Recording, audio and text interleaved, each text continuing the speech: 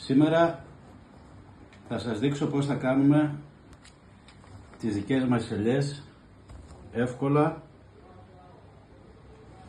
και γρήγορα. Χωρίς να αλλάζουμε νερά, χωρίς να είμαστε κάθε μέρα από πάνω από την κατσαρόλα και να αλλάζουμε και να βάζουμε. Λοιπόν, έχουμε πάρει 1,5 κιλό ελιές, αφού τις έχουμε πλύνει πάρα πολύ καλά. Έτσι.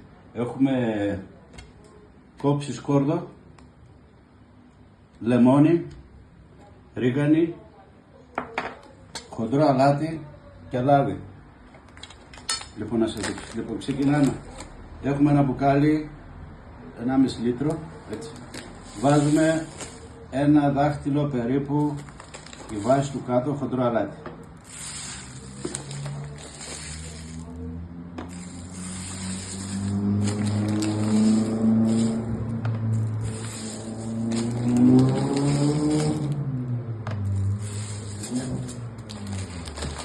Συνεχίζουμε.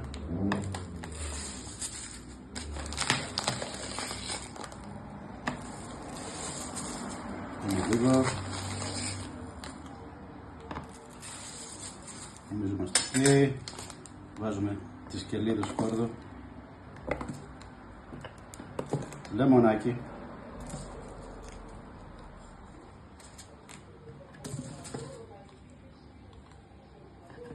Ανακατεύουμε λίγο.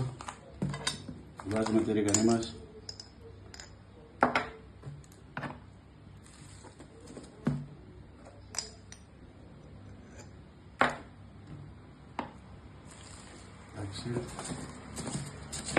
Πάμε, τώρα γεμίζουμε με ελιές.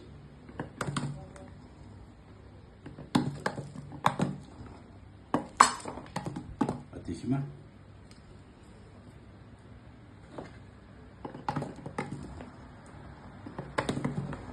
Εύκολο Παρασκευή.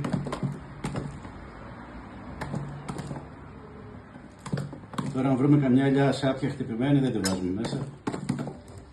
Τι γεμίζουμε.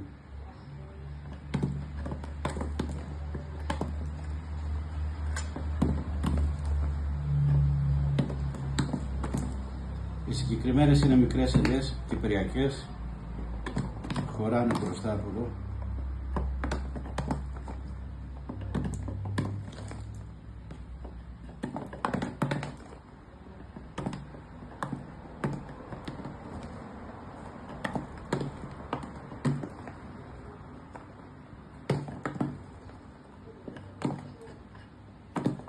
Εντάξει, αν θέλουμε στο ενδιάμεσο μπορούμε να βάλουμε και λίγο σκορδάκι ακόμη και συνεχίζουμε.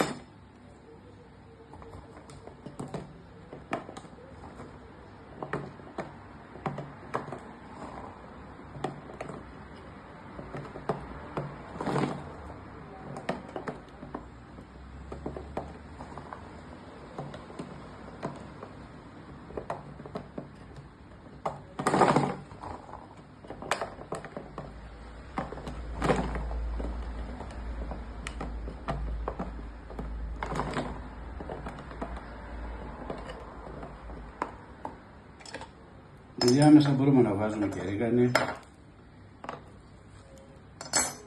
και λεμόνι.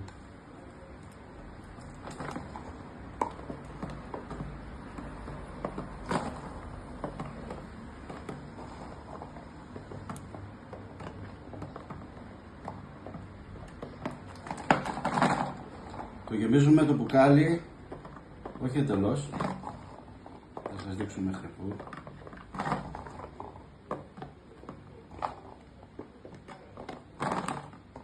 Μέχρι εδώ που αρχίζει και στενεύει.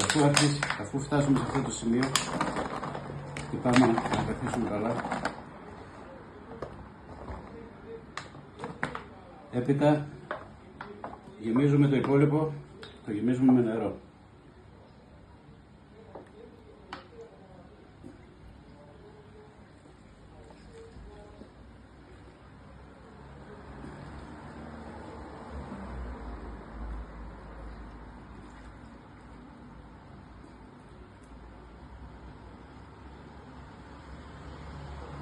Ένα δάχτυλο πριν το καπάκι βάζουμε ελαιόλαδο. Το γεμίζουμε μέχρι επάνω.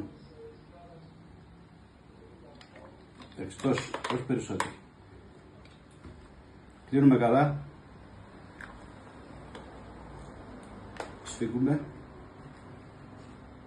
Και με μονοτική ταινία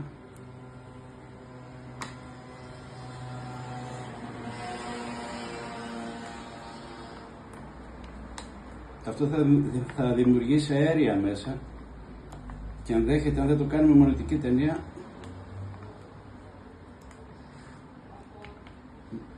να το ανοίξει. Δεν τσιγκωνευόμαστε τη μονοτική, βάζουμε να κλείσει καλά. Σφίγγουμε.